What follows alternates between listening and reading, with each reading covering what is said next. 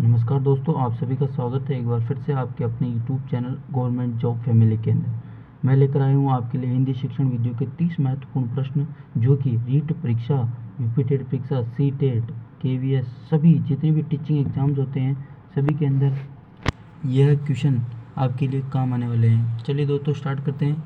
आज का पहला प्रश्न, सहायक सामग्री के बारे में कौन सा कथन असत्य है? सहायक सामग्री जो टीचिंग मटेरियल होते हैं, टीचिंग एड्स, जो टीचिंग सहायक सामग्री के बारे में कौन सा कथन असत्य पूछा है। असत्य और सत्य के दौरान ध्यान रखना है। असत्य के लिए विकल्प नंबर ए देखते हैं। यह पाठ्यपुस्तक से संबंधित होते हैं, तो सहायक सामग्री पाठ्यपुस्तक से संबंधित होती है। यह छात्रों में अध्यापन में रुचि जागृत करती है, बिल्कुल करती है। बालक को अच्छे अच्छे रंग रंगीली सुंदर सुंदर सहायक सामग्री दिखाई जाती है जिससे बालक में रुचि उत्पन्न होती है। बड़ी कक्षाओं में अधिक प्रयोग ज्ञान में सहायक होती है।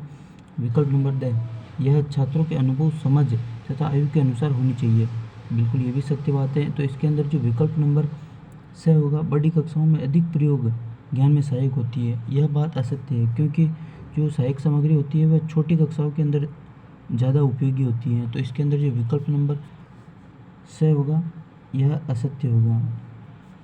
चलिए दोस्तों देखते हैं प्रश्न नंबर 2। हर्बर्ट स्पेंसर की पंचविधि प्रणाली को आधार कौन सी विधि में बनाया गया है? हर्बर्ट स्पेंसर की पंचपदी प्रणाली को आधार कौन सी विधि में बनाया गया है? विकल्प ए अर्थ अवबोध विधि, विकल्प बी अधूरी कहानी पूरी करो विधि, विकल्प सी आदर्श विधि, विकल्प डी रसास्वादन विधि। तो इसके अंदर जो सही आंसर होगा वह होगा विकल्प नंबर से आदर्श विधि। प्रश्न नंबर 3, कहानी शिक्षण का उद्देश्य है। कहानी शिक्षण का उद्देश्य क्या होता है? कल्पना व स्मरण शक्ति का विकास होता है, शब्दकोश में वृद्धि नहीं होती है, एकाग्र शक्ति का विकास होता है, यह सभी। तो इसके अंदर देखते हैं, कल्पना व स्मरण शक्ति का विकास होता है। कहानी से कल्पना शक्ति का विकास होता है लेकिन स्मरण शक्ति का विकास नहीं होता, तो यह विकल्प नहीं हो सकता। शब्दकोश में वृद्धि नहीं होती है, शब्दकोश में वृद्धि होती है, तो यह भी नहीं हो सकता। तो यह सभी तो नहीं हो सकते क्योंकि ए और बे विकल्प गलत हो गए। तो जो अपना बच्चा है विकल्प से एकाग्र शक्ति का विकास होता है। तो जो एकाग्र शक्ति का विकास कहानी के माध्यम से होता है, कल्पना का विकास होता है लेकिन स्मरण शक्ति का नहीं होता, तो एकाग्र शक्ति का विकास होता है। तो विकल्प नंबर से इसके अंदर सही हो जाएगा। प्रश्न नंबर 4 देखते हैं, गद्य की पाठ योजना में प्रस्तावना प्रश्नों की आदर्श संख्या कितनी होती है? विकल्प ए 5, विकल्प बे 4, विकल्प से 3, विकल्प दे 2। तो बताइए दोस्तों इसमें कौन सा सही होगा? तो इसके अंदर जो विकल्प नंबर ए 5, गद्य की पाठ योजना में प्रस्तावना प्रश्नों की संख्या आदर्श संख्या 5 मानी गई है। प्रश्न नंबर 5 देखते हैं, कैसेट कौन सी सहायक सामग्री है? कैसेट जो कैसेट होती है वो कौन सी सहायक सामग्री होती है? यह दृश्य सामग्री है, यह श्रव्य सामग्री है, दृश्य श्रव्य सामग्री है, यह सभी। तो इसके अंदर जो सही आंसर होगा वह होगा कैसेट एक श्रव्य सामग्री होती है। जो कैसेट से अपन जो अपने लगाते हैं फिर उसके अंदर जो हम सुन सकते हैं कि यह सभी।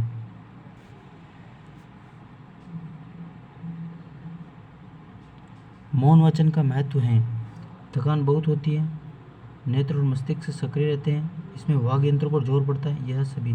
मौन वाचन का महत्व है। मौन वाचन होता है जो सामान्यतः बालक बिना किसी आवाज़ के आसानी से अध्ययन करता है, आत्मसात करता है शब्दों को। तो इसके अंदर जो पहला विकल्प है थकान बहुत होती है, तो ये गलत है क्योंकि थकान मौन वाचन के अंदर नहीं होती है क्योंकि बालक चुपचाप आसानी से पढ़ता है। नेत्र और मस्तिष्क सक्रिय रहते हैं, बिल्कुल सत्य है। नेत्र और मस्तिष्क सक्रिय रहते हैं, इसमें वाग यंत्र पर जोर पड़ता है, इसमें वाग यंत्र पर जोर नहीं पड़ता है, तो ये सभी गलत हो जाएगा। तो इसके अंदर जो विकल्प नंबर वह है नेत्र और मस्तिष्क सक्रिय रहते हैं।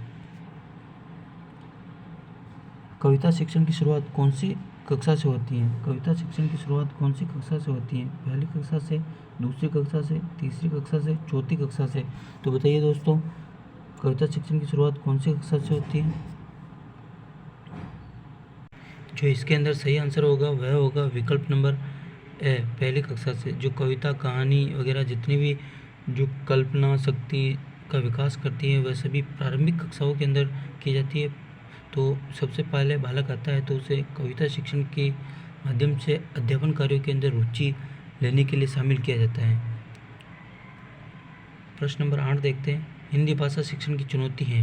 हिंदी भाषा शिक्षण की चुनौती है वाचन व उच्चारण से संबंधित, वर्तनी व लेखन से संबंधित, शिक्षण विधि से संबंधित, यह सभी। तो इसके अंदर हिंदी भाषा शिक्षण की चुनौती में ये सभी 4 ही चीज़ें शामिल हो जाएंगी।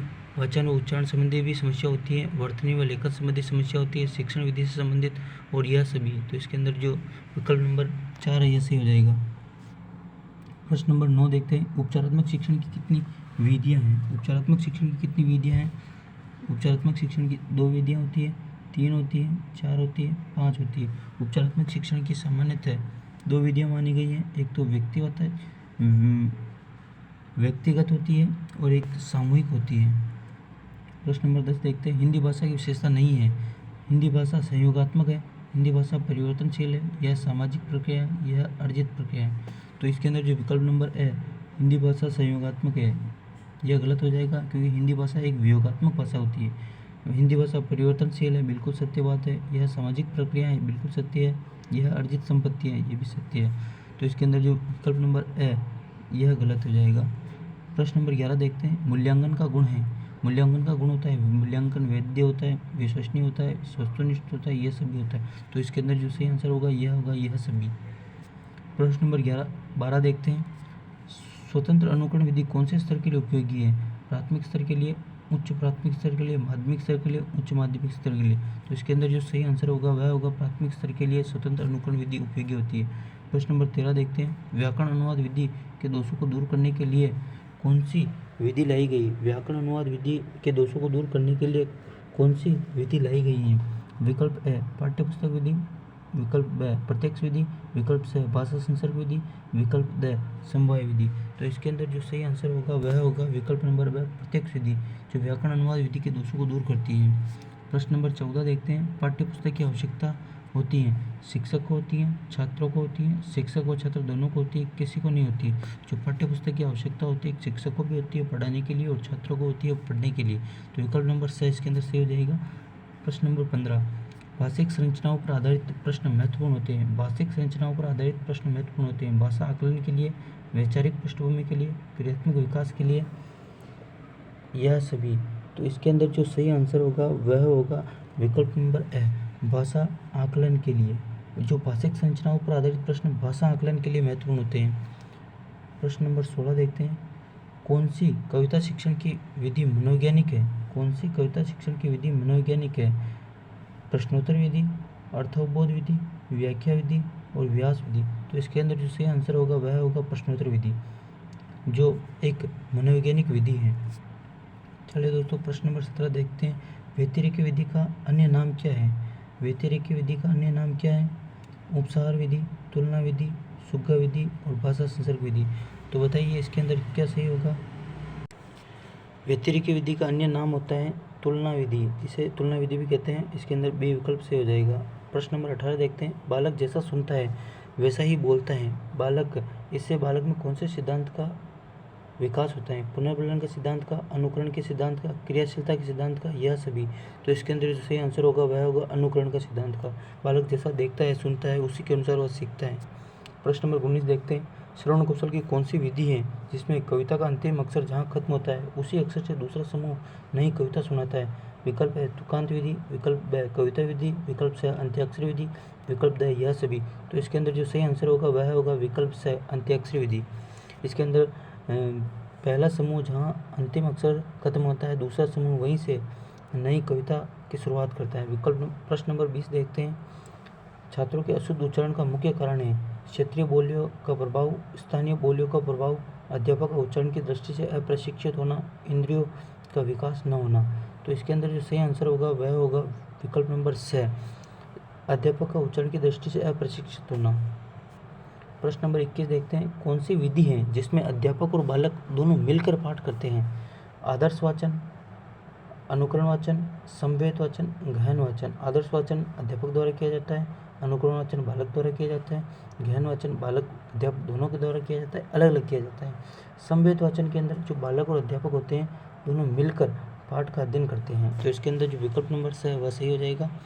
प्रश्न नंबर 22, लेखन कौशल की कौन सी विधि है जिसमें छात्र टुकड़ों को जोड़ता है?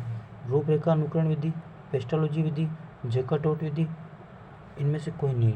लेखन कौशल की कौन सी विधि है जिसके अंदर छात्र टुकड़ों को जोड़ता है? तो इसके अंदर जो सही आंसर होगा वह होगा पेस्टोलॉजी विधि। पेस्टोलॉजी की विधि के अंदर जो बालक को अंदर जो शब्द सिखाए जाते हैं उन शब्दों को वह बालक जोड़ना सीखता है। प्रश्न नंबर 23, कौन सा भाषा शिक्षण का सिद्धांत है?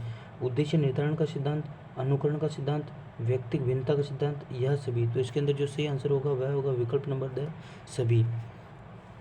प्रश्न नंबर 24, ड्रामा कौन सी सहायक सामग्री है?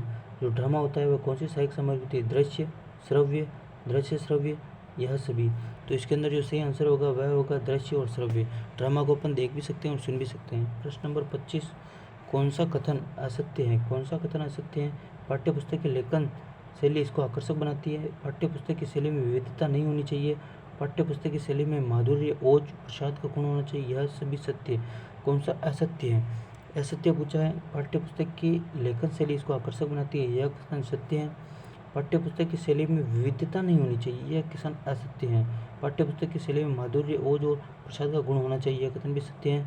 तो यह सभी नहीं हो सकता। तो इसके अंदर जो विकल्प नंबर ब, पाठ्यपुस्तक की शैली में विविधता नहीं होनी चाहिए, बल्कि पाठ्यपुस्तक की शैली के अंदर तो विविधता होनी चाहिए। प्रश्न नंबर 26 देखते हैं, कौन सा परीक्षण अधिक विश्वसनीय और वैध होता है? प्रमापीकृत परीक्षण, अप्रमापीकृत परीक्षण, निदानात्मक परीक्षण, उपचारात्मक परीक्षण। तो इसके अंदर जो सही आंसर होगा वह होगा प्रमापीकृत परीक्षण, जो सभी बालकों के लिए समान होते हैं और आगे से तय होकर आते हैं। जैसे 8वीं बोर्ड का पेपर है तो वह 8वीं बोर्ड का पेपर माध्यमिक शिक्षा बोर्ड के द्वारा बनाया हुआ आता है, तो वह प्रमापीकृत परीक्षण होता है। और अप्रमापीकृत परीक्षण होता है जो टीचर स्वयं विद्यालय के अंदर बनाते हैं, टीचर मेड टेस्ट इसे कहते हैं। तो यह अधिक विश्वसनीय और वैध नहीं होता है अप्रमापीकृत परीक्षण, और अधिक विश्वसनीय और वैध होता है प्रमापीकृत परीक्षण। तो इसके अंदर जो सही आंसर होगा वह होगा प्रमापीकृत परीक्षण। प्रश्न नंबर 27 देखते हैं, आदर्श विधि कौन से स्तर पर आधारित है? आदर्श विधि कौन से स्तर पर आधारित होती है? तो इसके अंदर विकल्प नंबर है बौद्धिक स्तर, चिंतन स्तर, स्मृति स्तर, कोई नहीं। तो इसके अंदर जो सही आंसर होगा वह होगा स्मृति स्तर पर आधारित होती है आदर्श विधि। प्रश्न नंबर 28 देखते हैं, चित्र विस्तारक यंत्र कौन सी सहायक सामग्री है? चित्र विस्तारक यंत्र कौन सी सहायक सामग्री है? चित्र विस्तारक यंत्र कौन सी सहायक सामग्री है? दृश्य सामग्री, एक श्रव्य सामग्री, एक दृश्य श्रव्य सामग्री, यह सभी। तो इसके अंदर जो सही आंसर होगा वह होगा एक दृश्य सामग्री है। प्रश्न नंबर 29, आगमन विधि कौन से सूत्र पर कार्य नहीं करती है? सामान्य से विशिष्ट सूत्र पर, स्थूल से सूक्ष्म पर, मूर्त से अमूर्त पर, इन सभी पर। तो इसके अंदर जो सही आंसर होगा वह होगा सामान्य से विशिष्ट पर नहीं करती है, यह विशिष्ट से सामान्य पर कार्य करती है। तो इसके अंदर जो विकल्प नंबर है यह गलत हो जाएगा। प्रश्न नंबर 30 और आज का अंतिम प्रश्न है, अगर आपको वीडियो पसंद आया हो तो आप चैनल को लाइक कर सकते हैं, शेयर कर सकते हैं एंड सब्सक्राइब कर सकते हैं। कौन सी विधि का उद्देश्य बालक को आत्मनिर्भर बनाकर स्वतंत्र बनाना है? साहचर्य विधि, आगमन विधि, अनुकरण विधि। तो कौन सी विधि है जो बालक को आत्मनिर्भर बनाकर स्वतंत्र बनाती है? तो इसके अंदर जो सही आंसर होगा वह होगा विकल्प नंबर से अनुकरण विधि, जो बालक को आत्मनिर्भर बनाती है। धन्यवाद दोस्तों, यह थे आपके आज के 30 महत्वपूर्ण प्रश्न। आई होप कि वीडियो आपको पसंद आया होगा। धन्यवाद दोस्तों।